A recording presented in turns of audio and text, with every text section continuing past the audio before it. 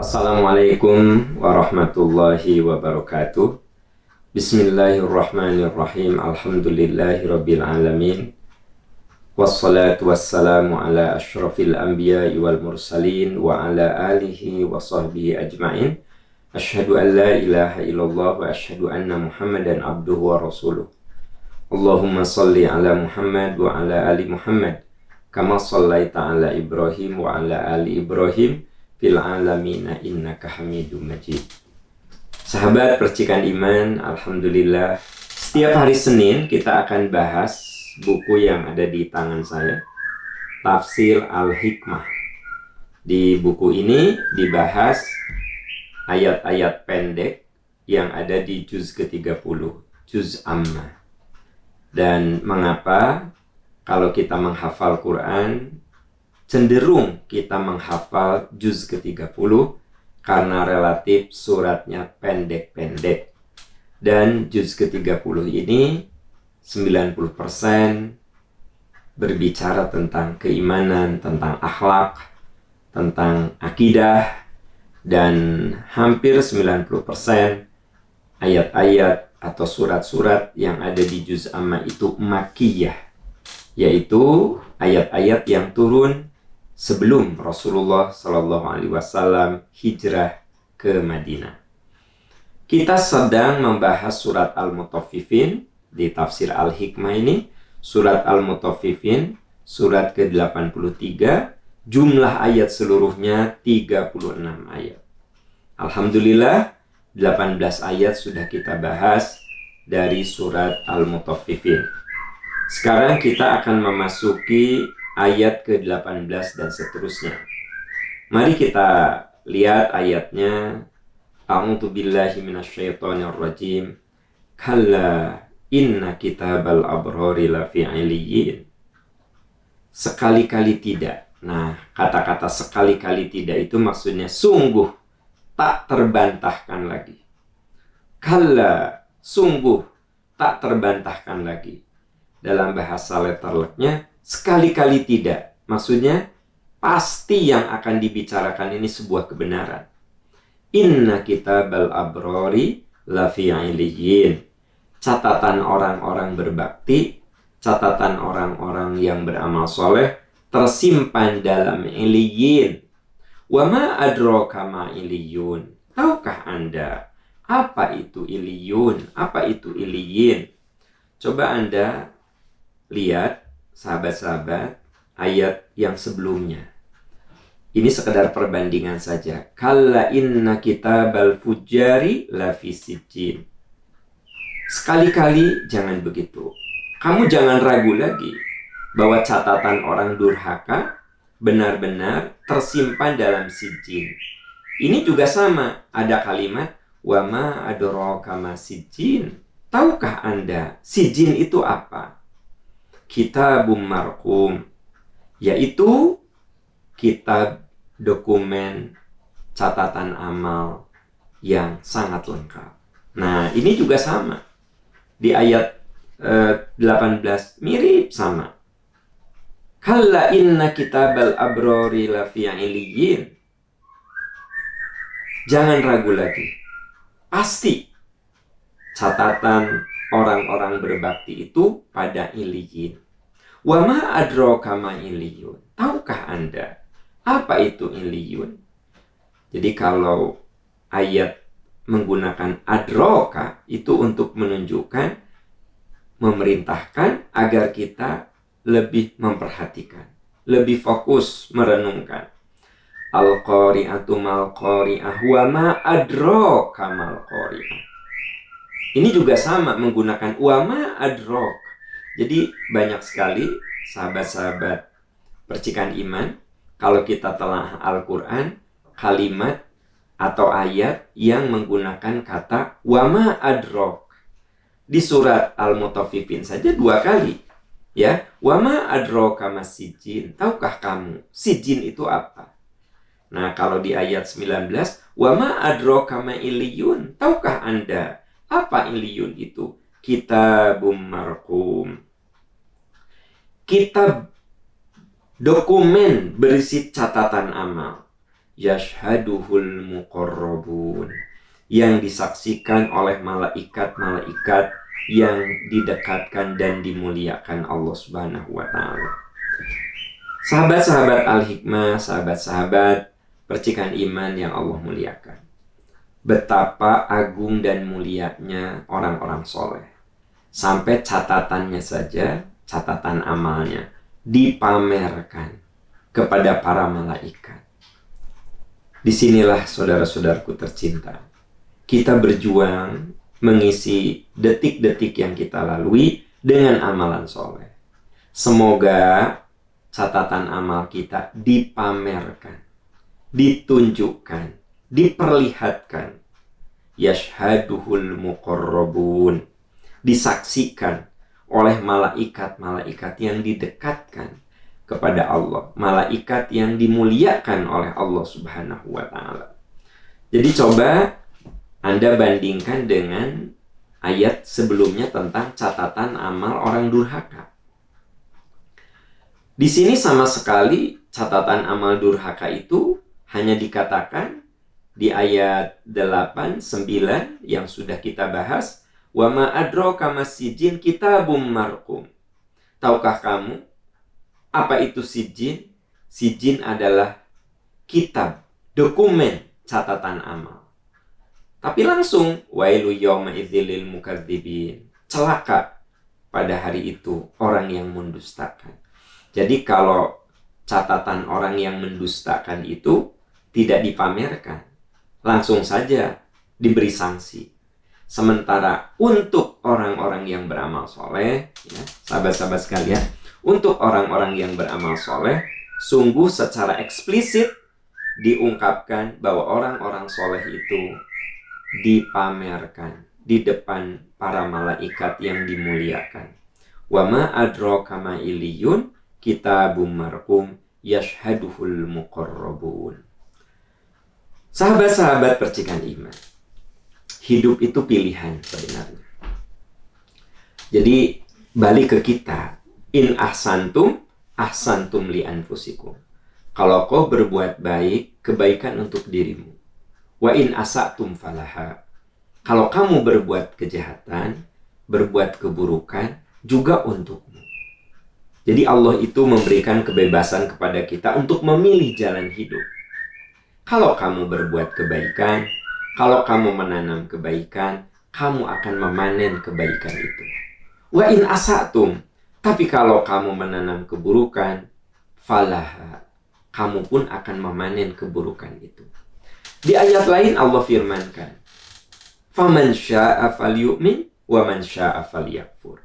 Siapa di antara kamu yang mau beriman, silahkanlah beriman. Siapa yang mau kufur, silahkanlah kamu kufur. Jadi sesungguhnya kita itu diberi kebebasan untuk memilih, memilah, menyeleksi, dan menentukan. Kita diberi kebebasan. Nah, kebebasan yang Allah berikan kepada kita tentu dengan diberi perangkat. Jadi kita ini diberi perangkat untuk memilih baik buruk, untuk memilih jalan kesesatan atau jalan hidayah. Allah itu udah berikan kepada kita perangkatnya. Anda lihat dalam surat Al-Mulk ayat 23. Qul huwallazi ansha'akum wa ja'ala lakumus sam'a wal absara wal af'idata qalilan ma tashkurun. Katakanlah, Qul huwallazi ansha'akum. Katakan, Allah yang menciptakanmu. Wa ja'ala lakumus sam'a. Allah yang memberikan kepadamu pendengaran. Wal absara, penglihatan. Wal af'idata, hati dan pikiran. Qalilan ma tashkurun. Sedikit orang yang berterima kasih. Maksudnya, dibanding orang yang durhaka, orang soleh itu lebih sedikit. Orang yang berkomitmen dengan agama itu lebih sedikit. Ya coba aja Anda lihat di YouTube, ya, channel-channel yang berbau maksiat, channel-channel yang nggak ada guna, nggak ada manfaat, itu kan subscribernya lebih banyak daripada channel-channel yang mengajak kepada kebaikan. Channel-channel kesehatan itu lebih sedikit subscribernya dibanding dengan channel-channel yang nggak ada guna. Channel-channel yang berbau ilmu, ya, bernafaskan ilmu, itu sedikit subscribernya dibandingkan subscriber orang yang hura-hura. Jadi memang orang yang soleh itu lebih sedikit. Makanya Ibnu Abbas pernah ketika tawaf berdoa, Allahumma ja'alni minal qalil. Ya Allah, jadikan aku orang yang sedikit. Masukkan aku ke dalam orang yang sedikit. Lalu ditanya, kenapa Anda berdoa agar menjadi orang yang sedikit? Kata Ibnu Abbas, coba kamu lihat Al-Quran. Allah seringkali mengatakan, qalilam ma tashkurun. Sedikit sekali orang yang berterima kasih. Nah, sahabat-sahabat tercinta, setelah Allah memberikan kepada kita perangkat pendengaran, penglihatan, akal, nurani, nah balik ke kita. In ahsantum, kalau kau berbuat kebaikan, ahsantum li anfusikum.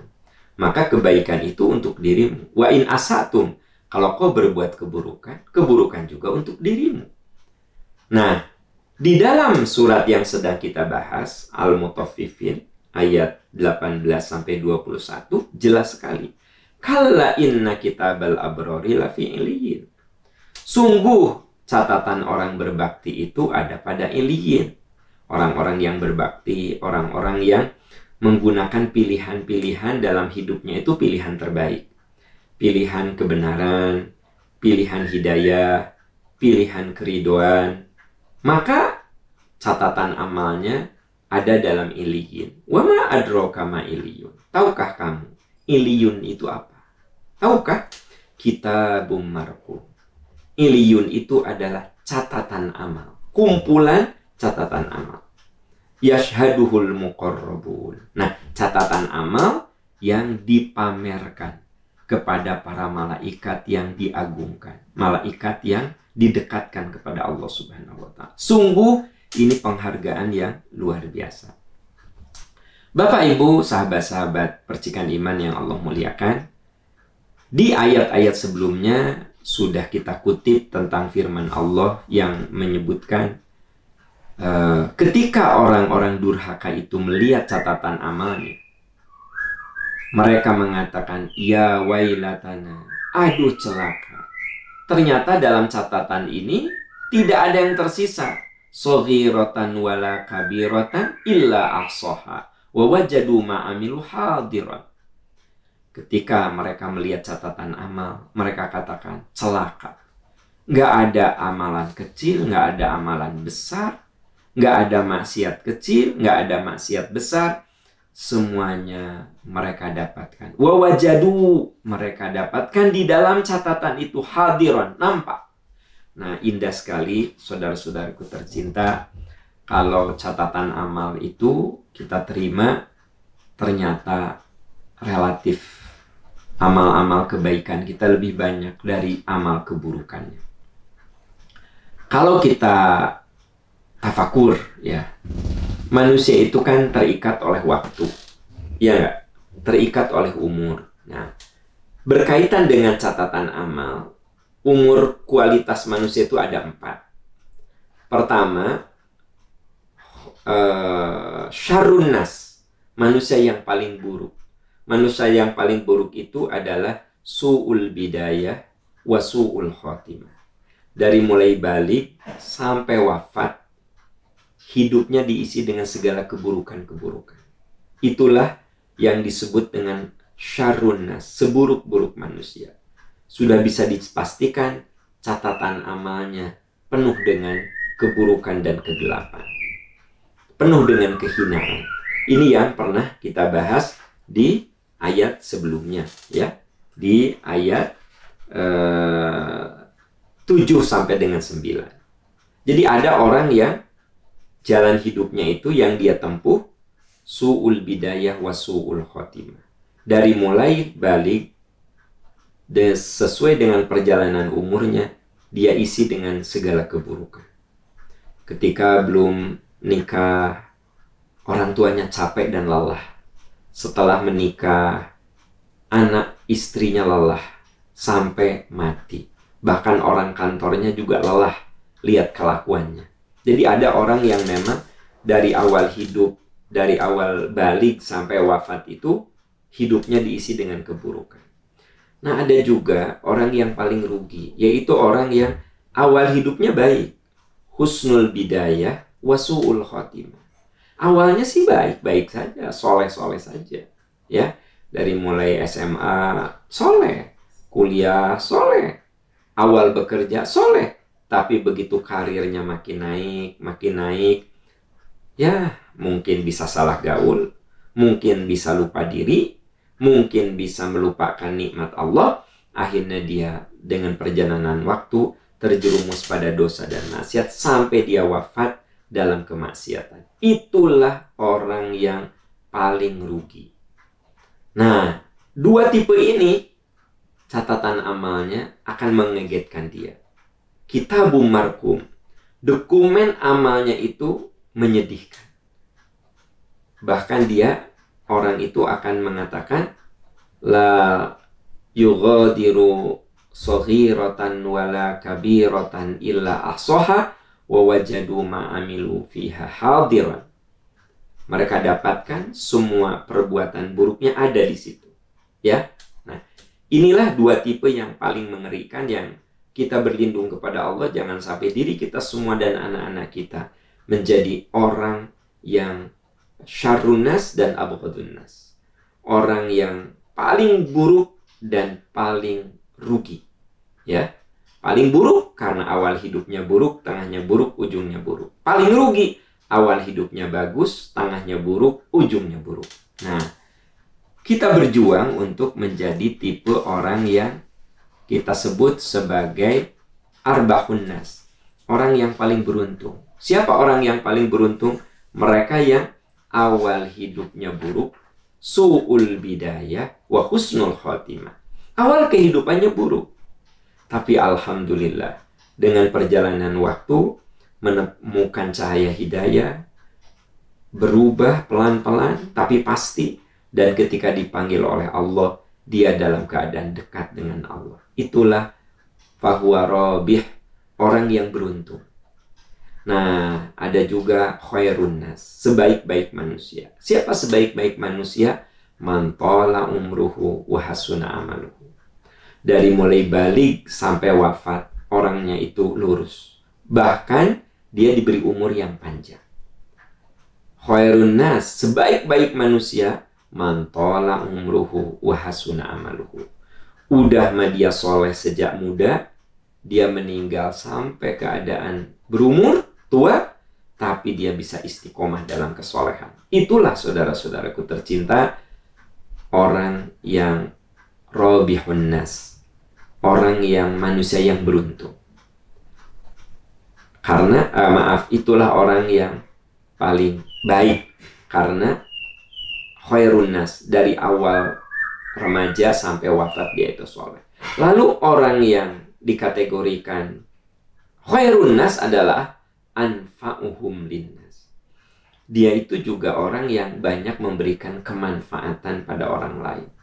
Jadi kita berjuang untuk memberi manfaat semampu dan sebisa kita.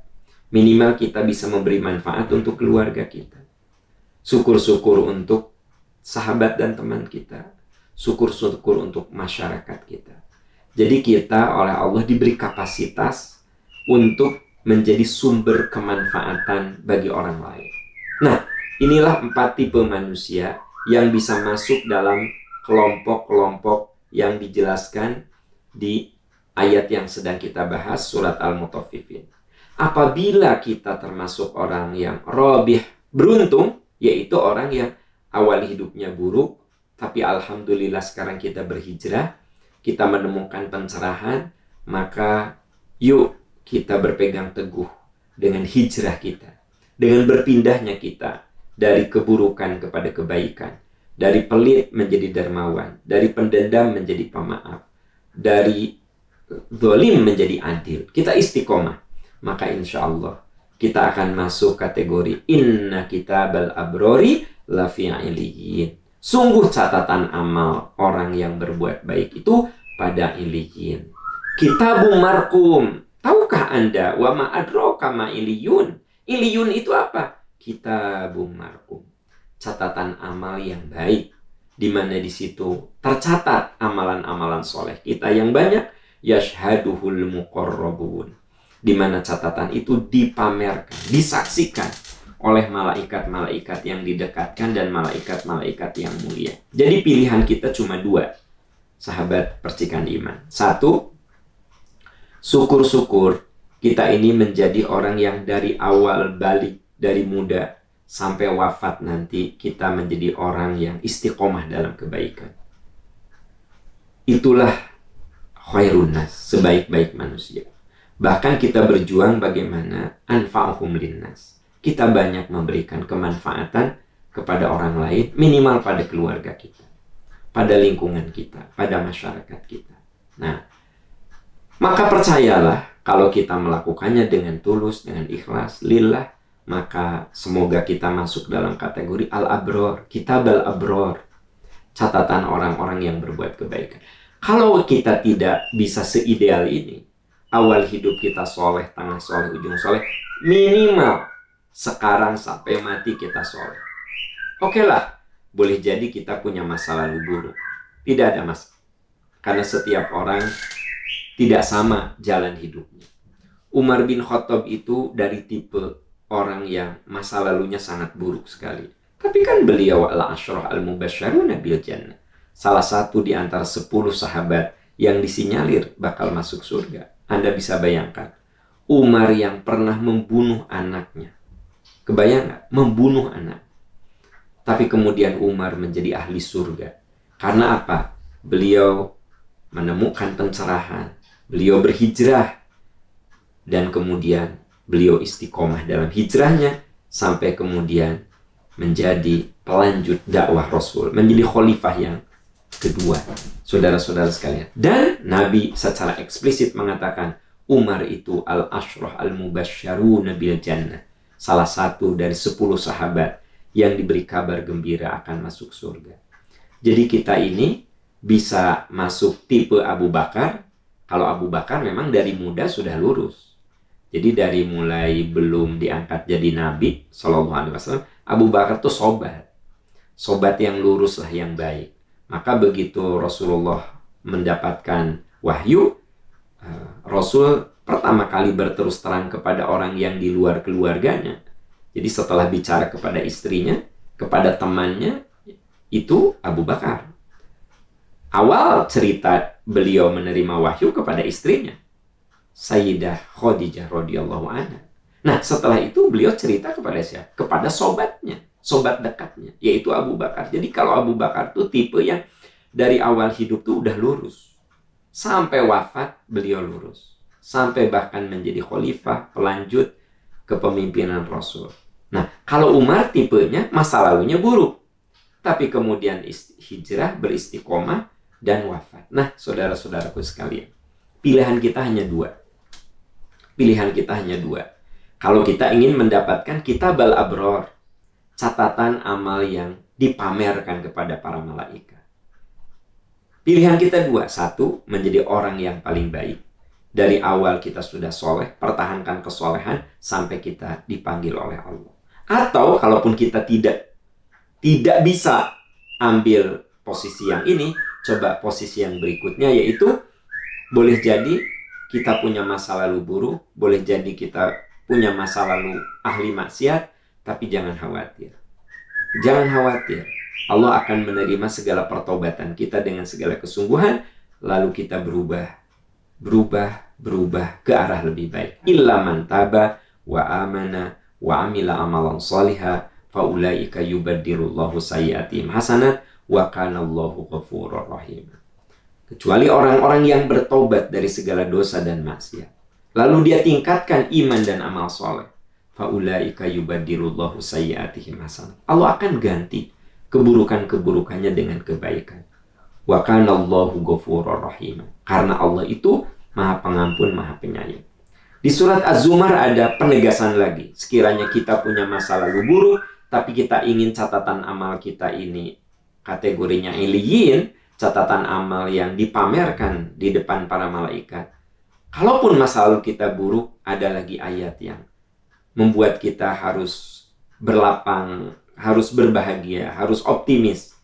Qul ya ibadiyalladzina asrafu ala anfusihim La taqnatu min rahmatillah. Innallaha yaghfiru dzunuba jami'a. Innahu huwal ghafurur rahim. Katakan pada hamba-hambaku yang pernah terjerumus dosa. Pernah terjerumus dosa.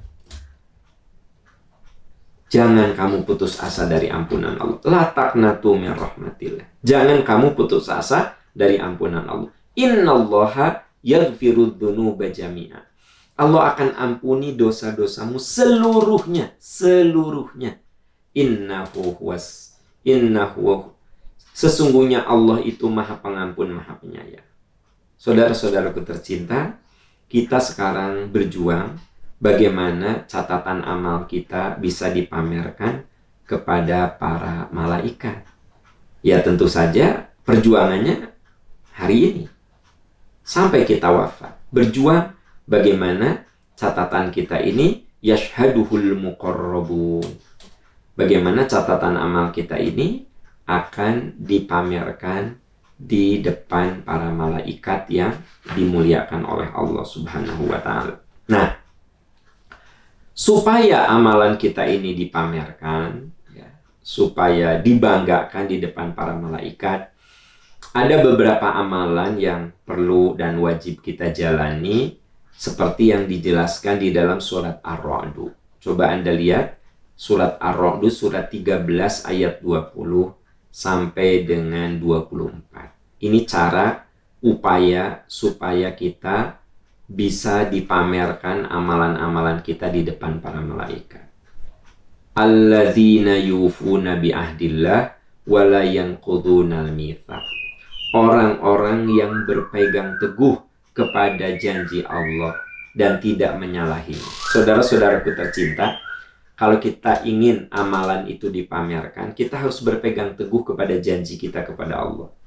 Masih ingat apa janji kita kepada Allah? Inna sholati wa nusuki wa mahyaya wa mamati lillahi rabbil alamin. Sesungguhnya ibadahku, sesungguhnya sholatku, ibadahku, hidup dan matiku hanya mencari ridho Allah. Nah, itu perjanjian kita kepada Allah. Kita janji bahwa hidup mati untuk mendapat ridho Allah Subhanahu wa ta'ala. Jadi kalau kita mencari nafkah, kita ingin cari ridho Allah, maka cari nafkahnya yang halal. Kalau kita bekerja mencari ridho Allah, jadi bekerja kita kudu amanah dan sungguh-sungguh. Kita jadi ayah ingin mendapat ridho Allah, berarti kita kudu jadi ayah yang amanah, menjadi ibu yang amanah, menjadi anak yang amanah, ya, menjadi karyawan yang amanah, menjadi warga negara yang amanah, menjadi rakyat yang amanah, menjadi pemimpin yang amanah. Anda bisa bayangkan, kalau catatan amal kita ingin dipamerkan, maka ingat akan janji kita kepada Allah. Inna sholati wa nusuki wa mahyaya wa mamati lillahi rabbil alamin. Oleh sebab itu, ketika kita melaksanakan ibadah pun, wa ma umiru illa liya'budullaha mukhlishina lahuddin, semata-mata menjalankan agama. Jadi sahabat-sahabat tercinta, semata-mata kita nggak punya kepentingan apapun, semata-mata menjalankan agama.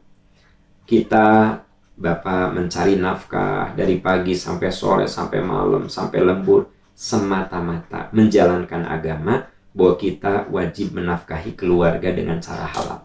Semata-mata. Ibu ngurus rumah tangga dari A sampai Z, dari mulai persoalan besar sampai yang abal-abal, yang remeh-temeh, yang kecil-kecil dikerjakan sama ibu, dan itu sebenarnya melelahkan, membosankan, tapi Anda lakukan itu illa liya'budullaha mukhlishina lahuddin, semata-mata menjalankan agama.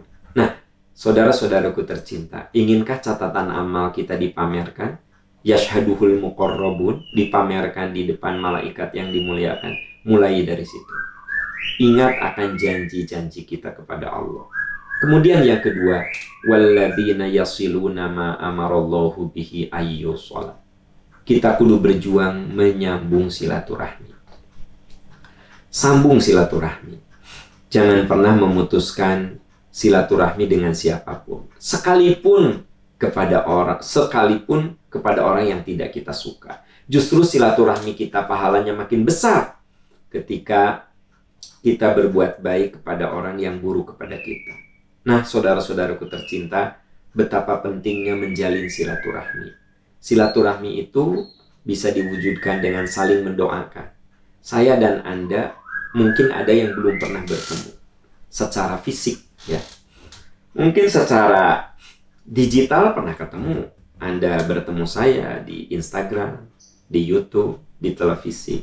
Tapi secara fisik langsung kita nggak pernah ketemu. Percayalah, kita bisa menjalin silaturahmi dengan saling mendoakan. Setiap saya sholat, saya doakan saudara-saudaraku sekalian semuanya. Ya Allah, sahabat-sahabat saya yang ada di percikan iman khususnya. Ya Allah, jadikanlah mereka orang-orang yang soleh. Berikanlah kesehatan, berikanlah keleluasaan rezeki. Berikan kepada mereka rumah tangga yang soleh, mawaddah, rahmah, dan sakinah. Karuniakan ya Allah kepada saudara-saudaraku di percikan iman ini. Anak-anak yang soleh, yang sehat, yang cerdas. Berikan rezeki yang berkah, harta yang halal. Dan bagi saudara-saudaraku yang sedang sakit, berikan ya Allah kepada saudara-saudaraku ini kesabaran, ketabahan, dan jadikan sakitnya pelebur dosa. Dan ya Allah, saudara-saudaraku yang sudah wafat, ampuni kesalahannya. Muliakan di sisimu, luaskan alam kuburnya.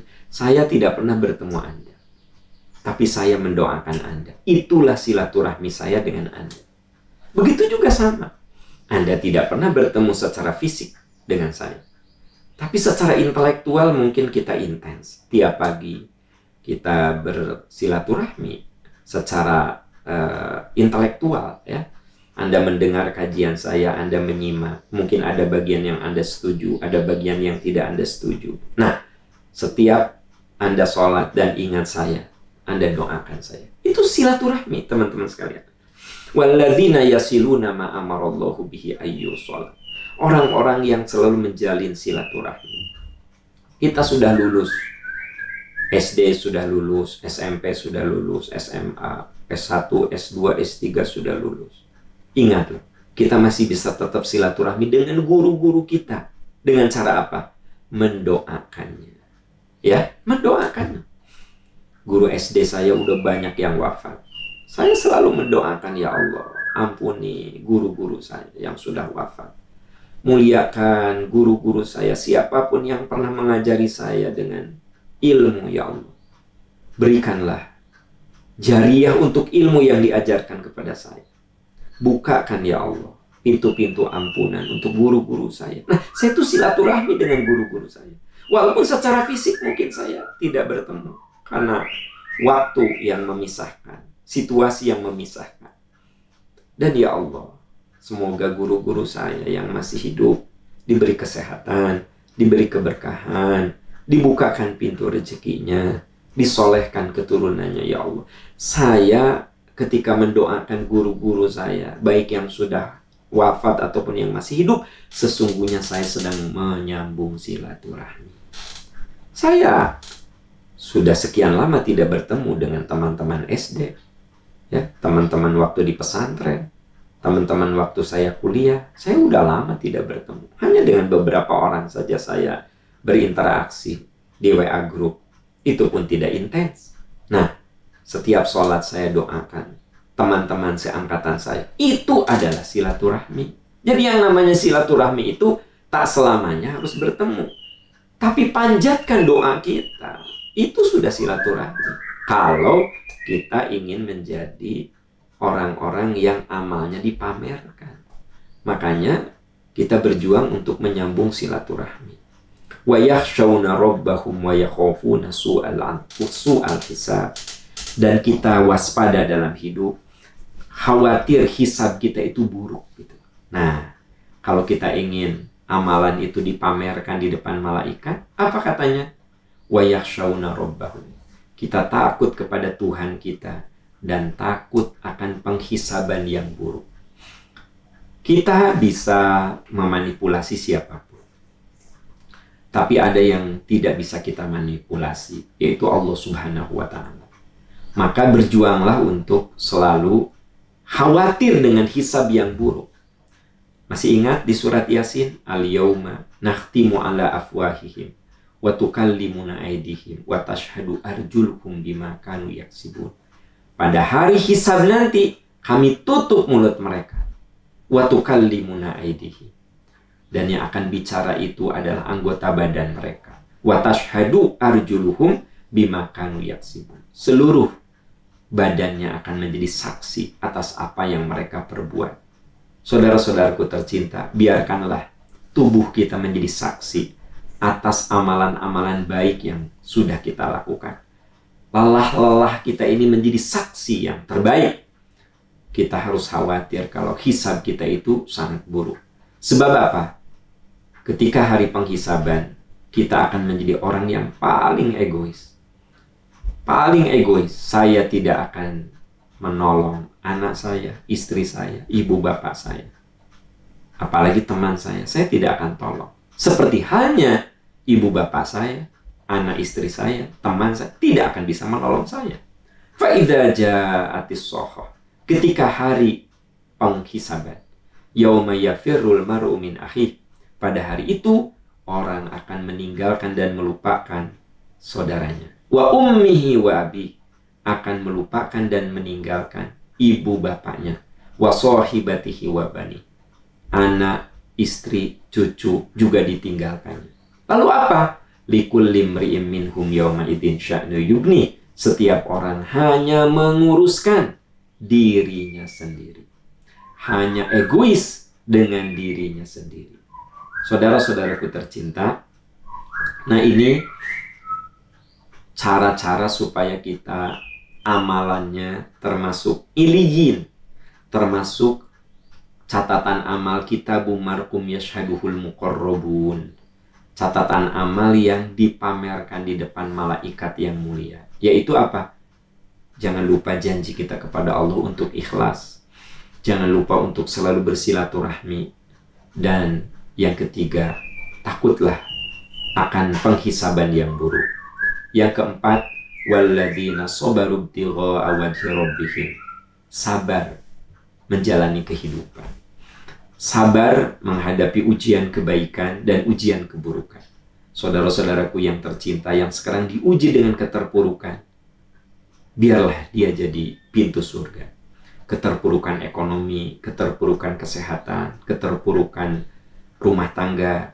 Sok kita berjuang untuk walladzina sabaru ibtigha'a wajhi rabbihim. Orang-orang yang sabar dengan tetap mengharap keridhaan Tuhan, keridhaan Allah Subhanahu wa taala. Wa aqamus shalah, tetap teguh mendirikan salat. Wa anfaqu mimma razaqnahum sirra wa alaniyah. Kita nafkahkan sebagian rezeki kita, baik sembunyi-sembunyi ataupun terang-terangan.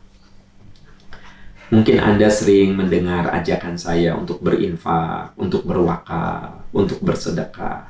Karena sebenarnya saya sayang. Sayang dalam arti ya bentuk kasih sayang itu kan bisa dalam bentuk ajakan.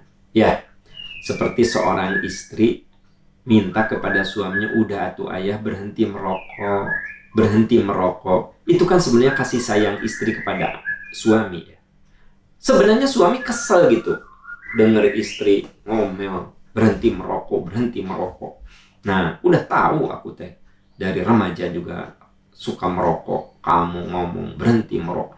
Mengesalkan omongan istri teh Pak. Tapi sesungguhnya itulah bentuk cinta istri kita. Itulah bentuk cinta. Kenapa? Karena kalau saya mengajak Bapak Ibu, yuk berinfak. Anda yang sedang dititipi rezeki, yuk wakaf, wakaf. Itu sebenarnya sayang saya. Sampai saya mengilustrasikan, sekarang berapa sih sertifikat yang Anda punya? Berapa rumah yang Anda punya?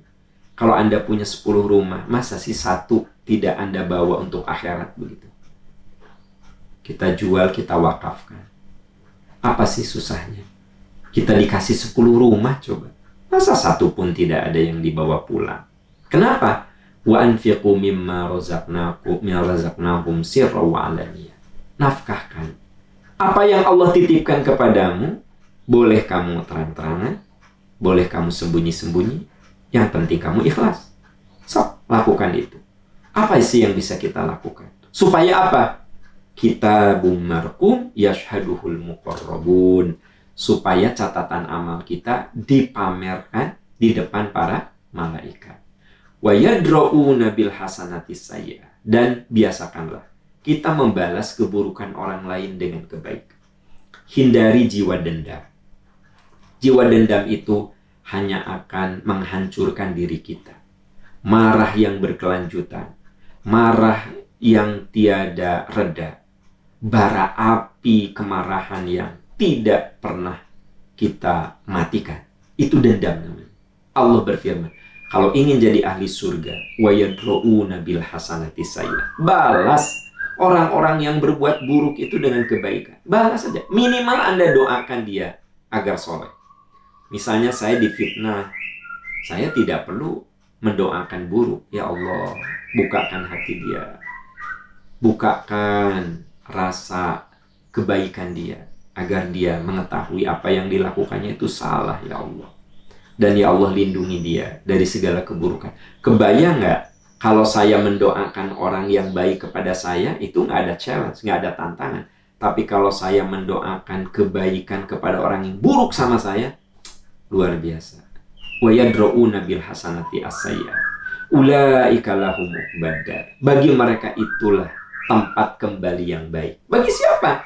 Bagi yang yakin, sadar akan perjanjian dia dengan Tuhan, bahwa dia akan melakukan dengan ikhlas. Yang kedua, orang yang selalu menjalin silaturahim. Yang ketiga, orang yang antisipatif, waspada dengan hisab yang buruk, sehingga dia hidupnya itu penuh dengan kehati-hatian.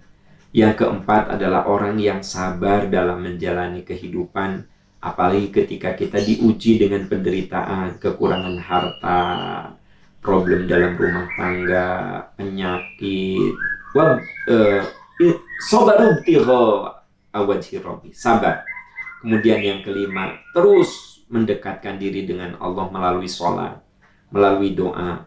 Yang keenam, wa anfaqu mimma razaqnahum sirra wa alaniyah. Orang yang menafkahkan hartanya, keluarkan rezeki yang kita punya, yang Allah titipkan. Karena kita punya rezeki ini, Allah menakdirkan itu lewat tangan kita. Yuk berbagi. Kemudian apa? Yang ketujuh, membalas, wa yadra'una bil hasanatis sayyi'ah, membalas keburukan dengan kebaikan. Nah, kalau 7 itu kita punya, ulaika lahum uqbadar, bagi mereka itulah tempat kembali yang baik. Apa tempat kembali yang baik? Jannatu adni yadkhulunaha wa man shalah min abaihim wa azwajihim wa dzurriyyatihim.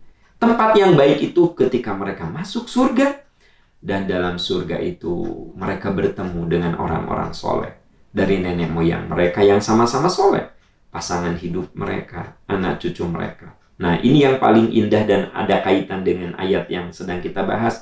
Wal malaikatu yadkhuluna alaihim min kulli bab salamun alaikum bima sabartum. Malaikat masuk dari semua pintu surga. Apa kata malaikat? Salamun alaikum. Selamat. Selamat. Kalian masuk surga karena kalian bersabar. Itulah yang dijelaskan di dalam surat Al-Mutaffifin. Kalla inna kitabal abrori lafi illiyin. Sungguh catatan, sungguh orang-orang yang berbakti itu dalam illiyin. Wa ma adraka ma illiyun. Tahukah kamu apa itu illiyun? Kitabum marqum. Catatan amal yang bagus. Di situ banyak prestasi-prestasi amalan soleh kita. Yashhaduhul muqarrabun. Disaksikan, dipamerkan kepada para malaikat. Amalan-amalan yang sudah saya tadi jelaskan di surat Ar-Ra'd ayat 20 sampai 23 sampai 24, 20 sampai 24. Di Ar-Ra'd ayat 24 apa kata malaikat? Salamun alaikum bima sabartum. Selamat kalian mendapatkan catatan amal sampai kalian masuk surga karena kalian bersabar menjalani kehidupan. Itu yang disebut yashhaduhul muqarrabun. Catatan amal mereka itu disaksikan dan dipamerkan kepada para malaikat yang didekatkan, malaikat yang dimuliakan oleh Allah Subhanahu wa taala. Sahabat tercinta, mari kita berjuang, kita saling menasehati. Tiap pagi kita bertemu, walaupun cuma 45 menit, jadikan ini sarana untuk saling menguatkan, saling mengingatkan, menjalin silaturahim. Walaupun secara fisik kita tidak bertemu, semoga secara batin melalui doa-doa kita bersatu dalam ridho dan cinta Allah Subhanahu wa Ta'ala. Hari ini saya membahas dari ayat 18 sampai 21. Insya Allah Senin depan, kalau Allah memberikan umur dan kesehatan pada kita semua, akan saya lanjutkan pembahasan ayat 23 dan seterusnya di tafsir Al-Hikmah yang ada di tangan saya ini. Tafsir Al-Hikmah Juz Amma. Ya, setiap hari Senin kita bahas tafsir Al-Hikmah Juz Amma, dan hari ini kita membahas ayat 17 sampai 21.